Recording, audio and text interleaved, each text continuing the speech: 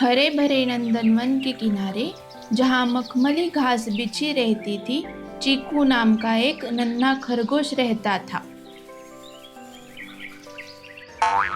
चीकू सिर्फ प्यारा ही नहीं था, बल्कि वो पूरे जंगल में अपनी तेज रफ्तार और सफेद रुई जैसे बालों के लिए मशहूर था।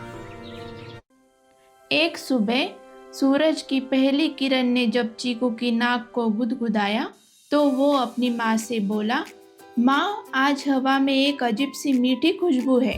ऐसा लग रहा है जैसे जंगल मुझे बुला रहा है।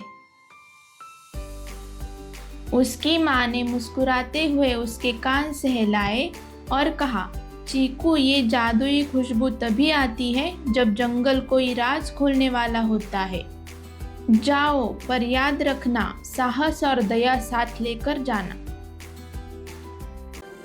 चीकू अपनी लंबी छलांगे भरते हुए उस दिशा में गया जहां से खुशबू आ रही थी।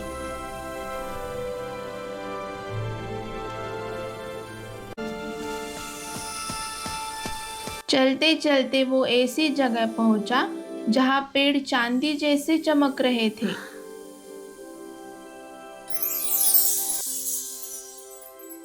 वहां के पत्तों से संगीत की आवाज आ रही थी।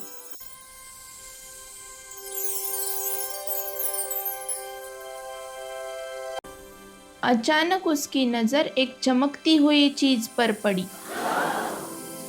जमीन के बीचों बीच एक विशाल गाजर दबी थी, लेकिन ये साधारण नहीं थी। ये इंद्रधनुष की 7 रंगों की तरह चमक रही थी। चीकू ने जैसे ही उसे छुआ, पूरी गाजर थरथराई और जमीन के अंदर से एक धीमी आवाज आई, जो दिल का सच्चा होगा वही मुझे बाहर ला पाएगा। चीकू ने पूरी ताकत से खींचा, पर गाजर टस से मस नहीं हुई। तभी वहां टोटो कछुआ अपनी भारी ढाल लिए पहुंचा। चीकू ने उसे सब बताया। टोटो ने कहा, दोस्त, मैंने सुना है कि इस गाजर को निकालने के लिए सिर्फ ताकत नहीं, बल्कि एकता का संगीत चाहिए। तभी वहां मिमी गिलहरी और लूलू चिड़िया भी आ गई। लेकिन समस्या ये थी कि मिमी और लूलू के बीच किसी बात को लेकर बहस हो रही थी।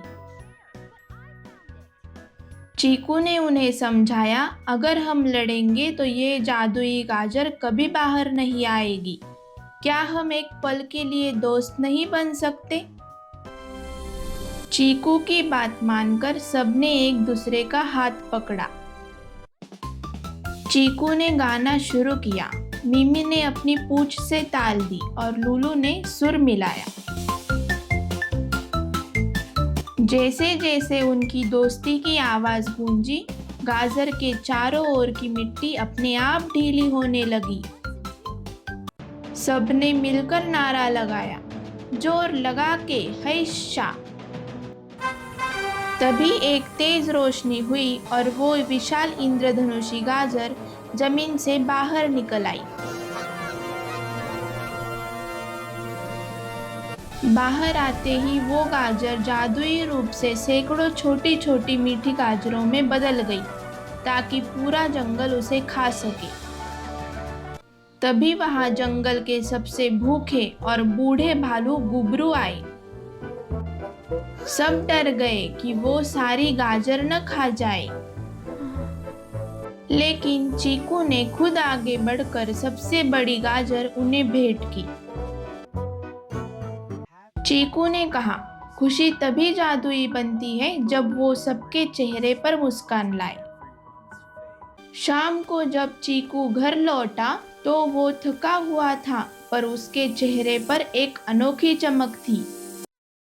उसने अपनी माँ को सारी कहानी सुनाई।